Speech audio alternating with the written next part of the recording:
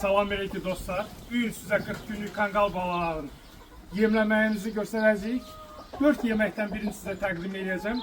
Onun nə cür hazırlayıb verəcəyimizi, növbəti yeməkləri də hazırlanmasında növbəti videolarda çəkəcəm. Səhifəmizi izləyin. Hər zaman bizi görəsiniz.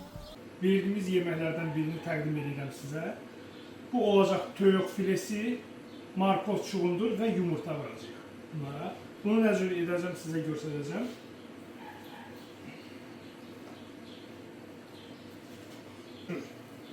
Xırdaladıqdan sonra bu azlıq eləyək, təbii ki, biraz da dökəcəyik. 3 dənə baladır, özü də çox belə yiyəndir, qarınquludur.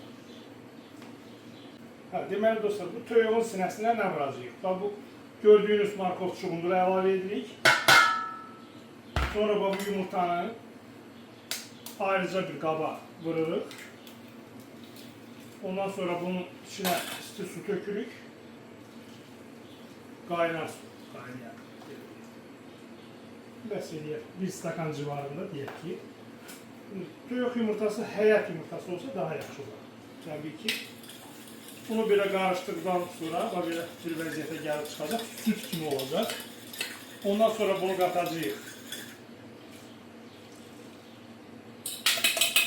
yemeğe. Bu gördüğünüz vaziyette bunu karıştıracağız. Yiyin topalanlar, yiyin. Malades. Her zaman iştahlıdırlar.